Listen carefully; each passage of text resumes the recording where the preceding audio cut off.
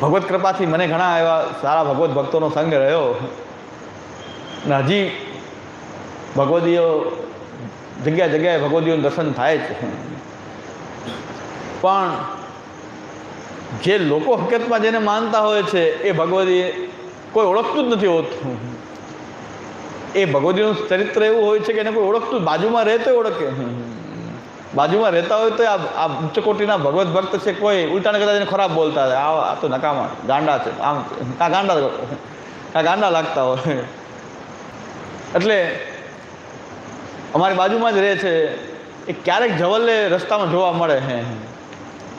બાકી આજુબાજુવાળાને પૂછો તો એમ કે એકલા એકલા બોલતા ગાંડા, એ ક્યાંક એકલા એના મસ્તીમાં હોય, એકલા એકલા બોલતા હોય. એટલે આજુબાજુવાળા એમ કે ગાંડા છે, એમાં કાંઈ છે નહીં. પણ હું તો ઘણી વાર વાટ જોતો, બાજુમાં જ રહે છે, મારી પાસે કોઈ આવતા નથી, કોઈ દિવસ આવતો, બાજુમાં જ રહેવાનું સાવ. છતાં ઘણી વાર જોવા મળી જાય. એમ થાય કે ખાલી જોવા જ મળે, બોલવાનું કે વાત કરવાની તો વાત જ નહીં, ના કોઈની સાથે બોલવું ન ચાલવું. આજુબાજુવાળા એમ કહે છે, વૈષ્ણવ એમ કહે તો ગાંડા. કોઈ કે બહુ અહંકારી, ઘણા એમ કે બહુ અહંકારી બહુ છે, કોઈને યાર બોલે નહીં એટલે અહંકારી. કાંઈ અસર ન, એને કાંઈ અસર નહીં, બોલે કે ન ચાલે. એટલે એક જણા એમ કીધું કે મારી ઘરે પ્રસાદ નહીં લ્યો તો તમારી સાથે વ્યવહાર પૂરો, કે એ જ મારે જોઈએ છે, તો એ જ જોઈએ. બહુ આ એક બાકી હતું, તમે એ કૃપા કરી દીધી, હવે આને કેમ પરાસ્ત કરવા. એને કોઈ એક વૈષ્ણવે કીધું, મર્યાદિત છે, બીજા મર્યાદિત વૈષ્ણવે કીધું મારી ઘરે કે પ્રસાદ નહીં લ્યો તો આપણો વ્યવહાર પૂરો. એ બહુ કૃપા, મારે એ જ જોતું હતું. એક જગ્યાએ તમારી સાથે થોડો ઘણો વ્યવહાર હતો, એ પૂરો. હવે એને પરાસ્ત કેમ કરવા? ઓલા છેલ્લો એવો દોષ આપ્યો એવો કે આપણે વ્યવહાર પૂરો, એ જ જોઈએ, તરત એ જ જોઈએ. બોલો રાખો રાખવું જ નથી, વાત પૂરી થાય. વ્યવહાર જ નથી રાખવા. આ સર્વે ધર્મે તમારી સાથે જૂનો સંબંધ છે તો નભાવીએ છીએ, તમે કહેતા હો તો બહુ મોટી કૃપા થઈ ગઈ. એટલે એ વૈષ્ણવની વાત કરી, મેં ખાલી એમ છેલ્લે ડોઝ આપ્યો એને કે હવે આપણો વ્યવહાર પૂરો છે, પ્રસાદ નહીં લો. પ્રસાદ તો કે નહીં લો, પ્રસાદ ક્યાંય નહીં લો. હવે તમે કહો તો સામગ્રી કરી દઉં, પણ પ્રસાદ નહીં લો. છેલ્લે કીધું હવે નહીં લો તો આપણો વ્યવહાર પૂરો, તો એ જ મારે જોઈએ છે. આને પરાસ્ત કોઈ કરી શકે નહીં, કોઈ એને પરાસ્ત ન કરી શકે. મેં એક દી રસ્તામાં ઊભા રાખીને પૂછ્યું કે કેમ તમે ક્યાંય આવતા નથી, બાજુમાં જ છે આવતા નથી, એટલા વૈષ્ણવ પવિત્ર ધરવા આવે, આ તમે આવો બાજુમાં, ક્યારેક તો દર્શન. કે આપણે મારા જવાન યાદ કર્યો, એ જ મારું સૌભાગ્ય છે. બસ આટલી જ લાયકાત છે મારી, તો અંદર પ્રવેશવાની ક્યાં લાયકાત છે? આને કેમ કહો, મારી કે લાયકાત ક્યાં છે? પણ આપણે મને યાદ કર્યો, મારું સૌભાગ્ય. તો હું મેં પાણી થઈ ગયો, મને એમ કહી દીધું, મને ઊંચો કરી દીધો. તો એ કે આપે મને યાદ કર્યો, મારું સૌભાગ્ય છે. આવી શકો એવી લાયકાત ક્યાં છે? વૈષ્ણવ આટલા વૈષ્ણવ ક્યારેક તો એ મારી એવી ક્યાં લાયકાત? અને બીજું એનું સૂત્ર છે કે જ્યાં જાય ત્યાં ફસાવાનું છે, જ્યાં જાઓ ત્યાં ફસાવો. એટલે એના કરતા એટલે આવા વૈષ્ણવ છે, કોઈ ભગવતી માનતું નથી, ન કોઈ ભગવતી માને, ન ભગવત ભક્ત માને. હું કંઈ પ્રચાર કરતો નથી કે નકર તો ત્યાં લાઈન થઈ જાય, એની કદાચ હોય તો કદાચ બગડી જાય, કે એવું બની શકે. દુસંગ લગાડી દઈએ આપણે, ભગવતીને બગાડી દઈએ એટલી તાકાત આપણામાં છે. ગમે ભક્તિ કરતો વિક્ષેપ પાડી દે, એ આપણી તાકાત છે. એને બગાડી જ દઈએ ગમે એમ. એટલે મેં કીધું કાંઈ પ્રચાર ન કરાય, પણ હું ખાલી એમ યાદ કરતો રહું, હું પોતે યાદ કરું. અને મને ક્યારેક ઈચ્છા થઈ દર્શન આપી, ઠાકોરની કૃપાથી એમ થાય કે મન બહુ ઉદ્વેગનો હોય તો એમ થાય કે મહાપ્રભુજી દર્શનની લાયકાત નથી, પણ કોઈ આવા ભક્ત, આવા નિષ્ઠ ભક્ત આપણી બાજુમાં જ રહે છે, જ્યાં જરાક ઝલક જોવાઈ જાય તો આજે આનંદ આવી જાય, તો કૃપા કરીને નીકળી જાય. કોઈ વાર આમ ચક્કર મારતા હોય તો હું બહુ બોલાવું નહીં. તો ક્યારેક અમારા ગુરુદેવે આજ્ઞા કરી છે કે ઉત્તમ કોઈ ભગવદીય હોય, વૈષ્ણવ હોય, ભગવત ભક્ત હોય તો એની પાસે સન્માનની અપેક્ષા ન રાખવી, સામેથી જવું.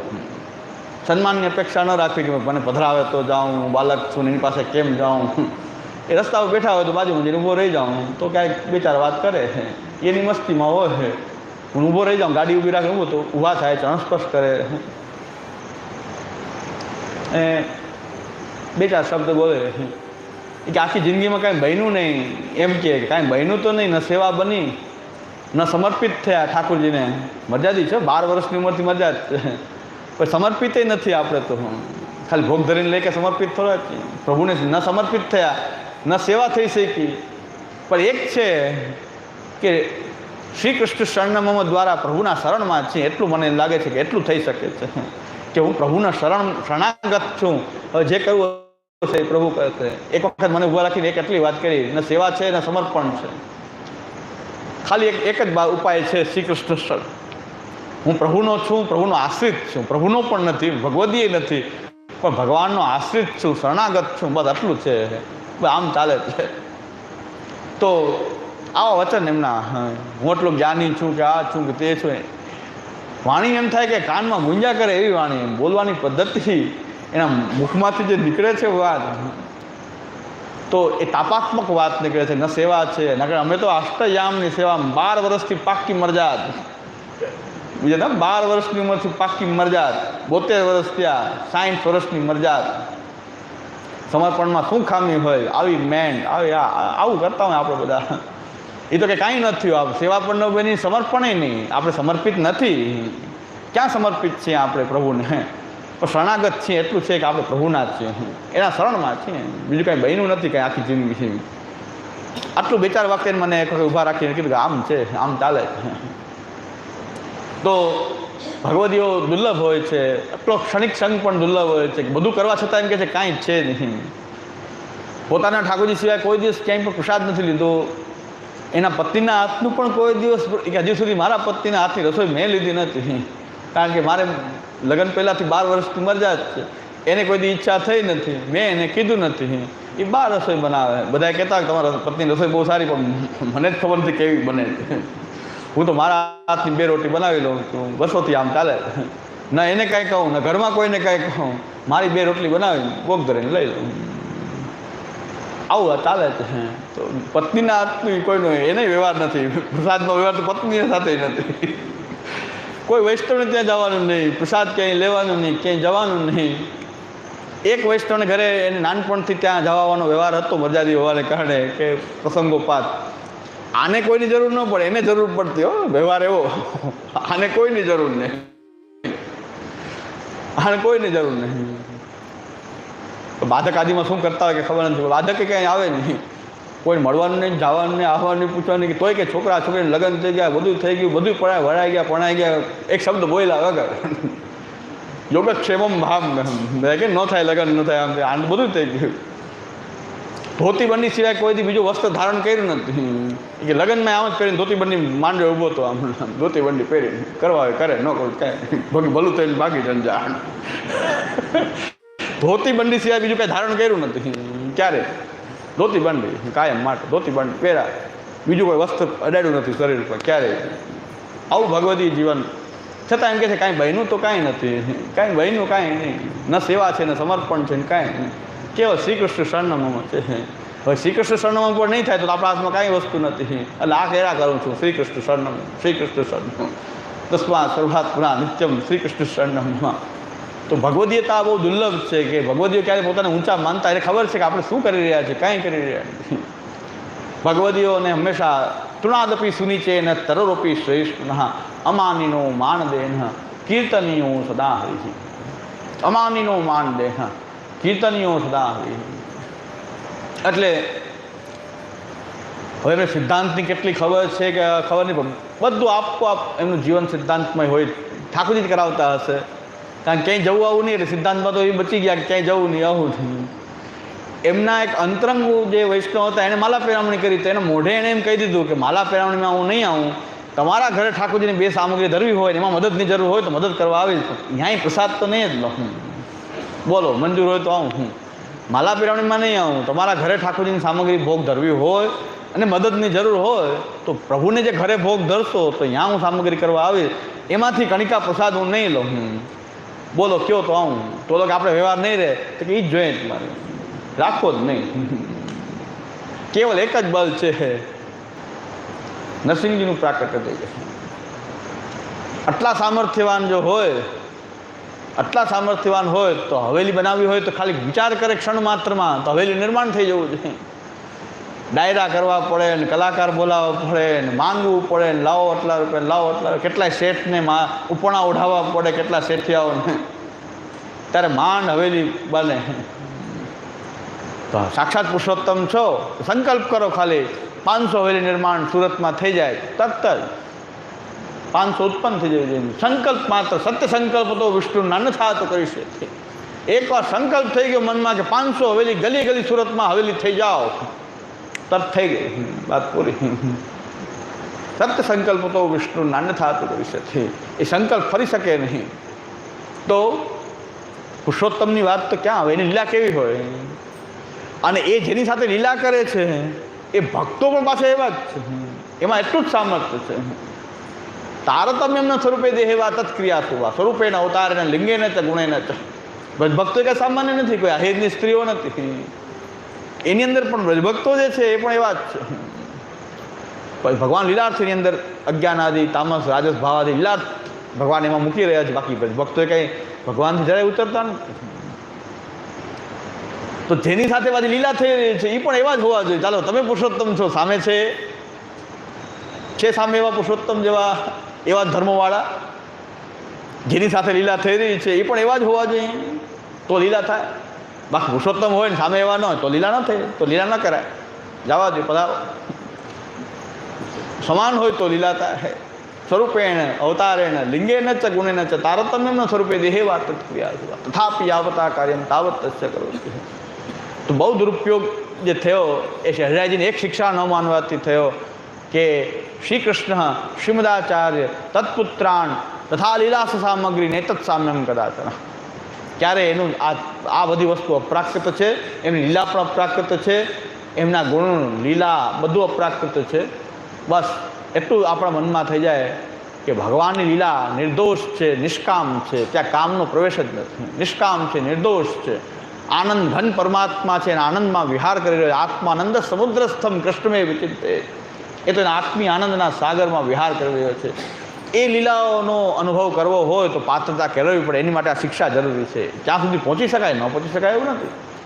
એ લીલાઓનો આનંદ લેવો જોઈએ, પણ એની માટે પાત્રતા કેળવવા માટે તો હરિરાયજી કહે છે થોડીક વાર શાંતિ રાખી અને ભગવદીય પરિશિક્ષણમ, તમે જ્યાં શિક્ષા સાંભળી લ્યો, આ શિક્ષા પ્રમાણે રહો. પહેલી શિક્ષા હરિરાયજી શિક્ષાપત્રમાં છે કે આ ભગવત સ્વરૂપોની તુલના કોઈ સાથે કરવી નહીં. કોઈ કૃષ્ણ નથી, કૃષ્ણ સિવાય બીજા કોઈ કૃષ્ણ નથી. કૃષ્ણમાં 17 ભેદ બતાવો છો ને તમે કૃષ્ણ થઈ જાઓ છો પાછા. કૃષ્ણમાં 17 ભેદ બતાવો છો, ધર્મી સ્વરૂપ ને ધર્મ સ્વરૂપ ને ઉભયાત્મક ને કેવલ ધર્મી ને મિશ્રીના અંશક્રીના પાકી મહેનના કાચી મહેનના નિધિ ને ગુસાઈજી નિધિ ને મહાપ્રભુજી નિધિ ને બડી નિધિ ને છોટી નિધિ. ઠાકોરજીમાં 17 ભેદ અને તમે પુરુષોત્તમ. તમે ક્યાં પુરુષોત્તમ છો? ધર્મરૂપ પુરુષોત્તમ છો, ધર્મીરૂપ છો, ઉભયાત્મક છો, મિશ્રીના છો. કારણ કે સખડી તો રોકતા નથી. વલ્લભકુલ તો મિશ્રી અરોગે તો મિશ્રી ભોગના ઠાકોર તો ભાઈ કોણ છે? આ તો મિશ્રીના ઠાકોરજી છો. આ તો મિશ્રી અંશકી દૂધગર અરોગો તો એ તો સખડીના તો છો નહીં. સખડીના ઉત્તમ કહેવાય. આ તો મિશ્રીના છો. કારણ કે અમારી ઘરે તો મિશ્રી અરોગો છો. દૂધગર અરોગો, મિશ્રી અરોગો. ભલે હોટલમાં અરોગી લ્યો પણ અમારે અહીંયા તો મિશ્રી જ અરોગો. ભલે હોટલમાં સગડી લઈ લેવાય પણ અમારી ઘરે તો મિશ્રી દૂધગર જ લેવાય. એ મેનથી લેવાય, પાકી મેન. તો હોટલમાં લે ચાલે છે, એમાં કોઈ વાંધો નથી. પણ વૈષ્ણવને ત્યાં તો દૂધગર રેસની પટવસ્ત્રથી, તો ત્યાં તો પટવસ્ત્રથી મિશ્રી લ્યો. તો મિશ્રી લેતા હો તો ઠાકોરજી મિશ્રીથી કોણ થઈ જાય? તમે મિશ્રીવાળા જ છો. તમે કોણ પુરુષોત્તમ છો? સખડી હોય તો ઉત્તમ પુરુષોત્તમ. અરે પુરુષોત્તમનો અર્થ જ એક જ થાય, એક જ ઉત્તમ. હવે એનાથી ઉત્તમ થાય કે ઉત્તમ કનિષ્ઠ ભેદ આવે જ ક્યાંથી? આવી જ ન શકે પુરુષોત્તમમાં. તો પુરુષોત્તમમાં આટલા ભેદ. અને બાલક સબ બ્રહ્મજાન, બાલક બધા પુરુષોત્તમ. આ માનો પુરુષોત્તમ, પણ કઈ રીતે પુરુષોત્તમ? કે ભગવાન કૃષ્ણનું સ્વરૂપ છે, આખી જગત ભગવાને લીધેલું રૂપ છે, એટલે પુરુષોત્તમ કહી શકાય કોઈને પણ. કારણ કે ભગવાનનું જ બધું રૂપ હોવાથી તો તમે પણ એ જ થઈ ગયા ને, તો પછી બાલક ક્યાં પુરુષોત્તમ રહે? સર્વરૂપ છે, અખંડમ કૃષ્ણવત સર્વમ. શ્રી મહાપ્રભુજી આજ્ઞા કહે અખંડમ કૃષ્ણવત સર્વમ. ખાલી વલ્લભકુલનો ઇજારો થોડો છે કૃષ્ણનો. અખંડમ કૃષ્ણવત સર્વમ. કાં તો કૃષ્ણ એક જ છે, અને જે અનેક રૂપથી માનો છો તો બધા કૃષ્ણ થઈ ગયા. તો બધા જ કૃષ્ણ થઈ ગયા. કે બ્રહ્માત્મક દ્રષ્ટિથી તો બધા કૃષ્ણ થઈ ગયા. અખંડમ કૃષ્ણવત સર્વમ. મહાપ્રભુજી તો એમ આજ્ઞા કરે છે કે ભાઈ બ્રહ્માત્મક રૂપે તો બધા કૃષ્ણ જ છે, તો પછી બાલક વૈષ્ણવ બધા કૃષ્ણ છે. શૈવ્યના રૂપમાં જુઓ, ભગવાનના રૂપમાં જોઈએ તો કૃષ્ણ એક જ છે. ગીતાજીમાં પ્રભુ આને ગીતાજીની અંદર ભગવાને પોતે આજ્ઞા કરી દીધી કે મારા સિવાય બીજો કોઈ પુરુષોત્તમ નથી, બીજો કોઈ પુરુષોત્તમ નથી, હું એક જ પુરુષોત્તમ છું. યસ્માત શરમ અતિતોહમ અક્ષરાદપી ચોત્તમ અતોષ્મી લોકે વેદે ચ પ્રથિત પુરુષોત્તમ. હું લોકવેદમાં પ્રસિદ્ધ પુરુષોત્તમ તો હું છું. કારણ કે અક્ષર જે અક્ષરને પણ નેતિ નેતિ કહે છે એ બ્રહ્મથી પણ હું ઉત્તમ છું. અક્ષરથી ઉત્તમ હોવું એટલે બહુ મોટી વાત છે. કોટી બ્રહ્માંડ એ અક્ષરના એક અંશમાં છે. અક્ષર બ્રહ્મના કરોડો, આ જગતની અંદર કરોડો બ્રહ્માંડ, એ કરોડો બ્રહ્માંડવાળું જે જગત છે અક્ષર બ્રહ્મના એક અંશમાં છે. બાકીનો ત્રિપાદ ઉર્ધ્વ ઉદય તો પુરુષા છે. અને એનાથી ઉત્તમ તો આ પુરુષોત્તમ છે કે જે વેદ પણ એમ કહે છે કે અમે જાણતા નથી. વેદ પોતે પોતાના સ્વરૂપને જાણતો નથી, નેતિ નેતિ અંત જ નથી. અને એનાથી પણ જો ઉત્તમ પુરુષોત્તમ છે એ શ્રી કૃષ્ણ છે, એ શ્રી કૃષ્ણ છે. તો એના સિવાય બીજો કોઈ પુરુષોત્તમ હોઈ શકે નહીં. શ્રી કૃષ્ણ જ પુરુષોત્તમ છે. પુષ્ટિ માર્ગમાં તો કૃષ્ણ સિવાય પુરુષોત્તમ કોઈ ન હોઈ શકે. તો હવે શ્રી હરિરાયજીની પહેલી શિક્ષા હતી કે શ્રી કૃષ્ણ શ્રીમદાચાર્ય તત્પુત્રાણ તથા લીલાસ સામગ્રી નહીં તત્ સામ્યમ કદાચ. તો શ્રી કૃષ્ણ સ્વામીજીઓ, ઠાકોરજી, મહાપ્રભુજી, ગોપીનાથજી, ગુસાઈજી, આની તુલના કોઈ સાથે ન કરવી જોઈએ. કોઈ તુલના કરશો તો નાશ જ થશે, સર્વથા નાશ થશે. ભગવત ભાવ થોડો ઘણો હશે પણ નાશ પામશે. એટલે દાસાનું દાસત્વ ગ્રહણ કરવું એમાં પણ વિવેક છે. તન મન ધન વિવેક સુધી દાસપણું ત્રણેયનું ગ્રહજો, તન મન ધન વિવેક સુધી. ભગવદીય વૈષ્ણવનું સન્માન કરવું જોઈએ. કેવી રીતે સન્માન કરવું જોઈએ? કાં તો સાક્ષાત ભગવાનના છે, ભગવાનના ભક્ત છે, સેવા કરનારા છે, તો એનું ખૂબ સન્માન કરવું જોઈએ. ઠાકોરજીનું પ્રસાદ આદિથી સન્માન કરવું. ઊંચા આસન, આપણા કરતાં ઊંચા આસન આપવું કાંઈ વાંધો નહીં. આપણે નીચે બેસવું એમાંય વાંધો નહીં. એને પ્રસાદ આદિ લેવડાવવું, એની સાથે ભગવત ગુણગાન કરવું. ભગવદીઓ સાથે તો આનંદ આવે છે, ભગવત ગુણગાન કરવાનો. અને શ્રી ગોકુલનાથજી ભગવદીઓની એક બહુ લક્ષણ બતાવે છે. ગોકુલનાથજી હાસ્ય પ્રસંગમાં, ગોકુલનાથજી હાસ્ય પ્રસંગમાં કહે છે કે ભગવદીઓની એક નિશાની છે, યાદ રાખો કે ભગવદીઓની કેટલી પણ પ્રશંસા કરો એને જરા પણ ગમતી નથી. ભગવદીઓને પોતાની પ્રશંસા નથી ગમતી, ઠાકોરજીની બળાઈ જ ગમે છે. ભગવદી તો ત્યારે પ્રસન્ન થાય, સાચો ભગવદી હોય તો ભગવાનની વાત કરો તો પ્રસન્ન થાય, પોતાનું સન્માન થાય, પોતાની પૂજા થાય. એ ભગવદીઓને રૂચતું જ નથી. પોતાની સન્માન થાય, પોતાની પૂજા થાય, એ ભગવદીઓને રૂચતું નથી. ભગવાનના ગુણગાન થવા જોઈએ, પ્રભુની સેવા થવી જોઈએ. પ્રભુનું ગુણગાન કેમ થાય? પ્રભુનું એક ભગવદીઓનો ઉત્કર્ષ, ભગવાનનો ઉત્કર્ષ કરવામાં જ ભગવદી રાજી હોય છે. અને ભગવદીઓ ક્યારે પ્રસન્ન થાય? જો ભગવાનની સેવા કરતા હોય એના ઉપર જ ભગવદીઓ પ્રસન્ન થાય. ભગવાનની સેવા ન કરતા ગમે એટલું સન્માન આપે ભગવદીઓને તો ભગવદીઓને એ રૂચતું નથી. ઠાકોરજીની સેવા કરતા હોય તો જ ભગવદીઓને રૂચે. આ ભગવદીઓની નિશાની છે. જો વંચક હોય મારા જેવા તો મારી સન્માન થાય, મારી પ્રશંસા થાય તો બહુ આનંદ આવે. વાહ, તમે સાક્ષાત દામોદરદાસજી અસાણીજીનું સ્વરૂપ છો, વધારે ખુશ છે. તો એની પ્રશંસા થાય, એને સાક્ષાત તમે તો સાક્ષાત લીલાનો અનુભવ કરનારા, સાક્ષાત 84-252. ભગવદીઓને આ રૂચતું જ નથી. ભગવાનની સેવા કરો છો કે નહીં? તમે ઠાકોરજીની સેવા કરો છો કે નહીં? ઠાકોરજીમાં તમારે પ્રેમ છે કે નહીં? આપણે તુચ્છમાં તુચ્છ છીએ. ભગવદીઓ હંમેશા પોતાને તુચ્છમાં તુચ્છ માને છે. ચૈતન્ય મહાપ્રભુ કહે છે, તૃણાદપી સુનીચે ન તરોરૂપી શ્રેષ્ઠના અમાનીનો માનદે ન કીર્તનીયો સદા હરિ. એક તૃણાદપી સુનીચે ન, એક તણખલાથી પોતાને નીચો માને એ ભક્ત છે. ચૈતન્ય મહાપ્રભુ કહે છે, તૃણાદપી સુનીચે ન તરોરપી સહિષ્ણુના અમાનીનો માનદેન કીર્તનીયો સદા હરિ. જે એની અવહેલના કરે, જે અપમાન કરે એને માન આપનારા હોય છે ભગવદીઓ. તો પ્રશંસા કરે એને નહીં, પણ જેને અવહેલના કરે એને ખૂબ માન આપે કે મારું કલ્યાણ દે, હું એવો જ છું, હું અપમાનને લાયક છું, બહુ માન આપીશ તારા મન લાગી જશે. ઠાકોરજી મન છોડીને તારા જે માન આપ્યું આપણે એમાં મન લાગી જાય. જરાક સન્માન આપે તેમાં મન લાગી જાય. તો ઠાકોરજીમાં મન હટીને જે સન્માન આપે એમાં લાગી. આપણું મન તો એવું જ છે કે જે જરાક ક્યાંક બીજે પ્રેમ લાગ્યો નથી, ઠાકોરજીમાં છૂટણ છે. તો ભગવદીઓ તો આનંદ થાય, અપમાન થાય તો બહુ આનંદ માને, તારામાંથી મારું મન હટ્યું, બહુ આનંદ થાય. તો અમાનીનો માન દે ને કીર્તનીયો સદા હરિ. ભગવદીઓને કોઈ દિવસ એનો વિલ પાવર કહો કે ભગવાનનું સામર્થ્ય એવું છે કે ભગવદીઓને કોઈ દિવસ કોઈ હરાવી શકે જ નહીં, અજેય હોય છે ભગવદીઓ. તમે એને અપમાન કરો તો રાજી થાય, તો હવે અપમાન કરો, અવહેલના કરો, પીડા આપો એમ રાજી થાય. ભગવદીઓ તો આનંદમાં આવે, વધારે આનંદ આવે. તમે એને તુષ્કાર આપો તો વધારે ખુશ થાય ભગવદીઓ. આપણે ભગવદીઓ હોય તો આપણને કોઈ તુષ્કાર કરે, તિરસ્કાર કરે, ગાળો આપે, એમ આનંદ આવે. તો હવે કોણ પરાસ્ત કરી શકે આને? તમે એને ખરાબ બોલો, નિંદા કરો તો ભગવદી કહે છે એવો જ છું હું. તમે કયો એના કરતાં ખરાબ છું, પણ ભગવાનની કૃપા છે કે મને પોતાનો માયનો છે. ભગવદીઓ તો એમ ઉત્કર્ષ માને છે કે અમે તેવા જ છીએ. તો ભગવદીઓને કોણ પરાસ્ત કરી શકે? કોઈ ન કરી શકે. આ એવું બળ છે કે કોઈ ગમે એની તાકાત છે એ એનો વિલ પાવર ઓછો કરી શકે જ નહીં. કારણ કે અમાનીનો માન દે ને કીર્તનીઓ સદા હરે, અમારું તો એક જ કામ છે. નરસિંહ મહેતાને ગામની બહાર મૂકી દીધા, નાથની બહાર મૂકી દીધા. અમે એવા રે, અમે એવા રે. તો જે કાંઈ કહો છો તેવા. બધા આખો ગામ બહાર મૂકી દે, કોઈ બોલાવે નહીં તો કેવી હાલત થાય. નરસિંહ મહેતા કાંઈ વાંધો નહીં, આપણે તો આનંદથી ભગવાનના ગુણગાન ગાવું છે. ભક્તિ કરતા જો ભ્રષ્ટ કહેશો તે કરશું દામોદરની સેવા છે. અમે એવા રે, અમે એવા રે.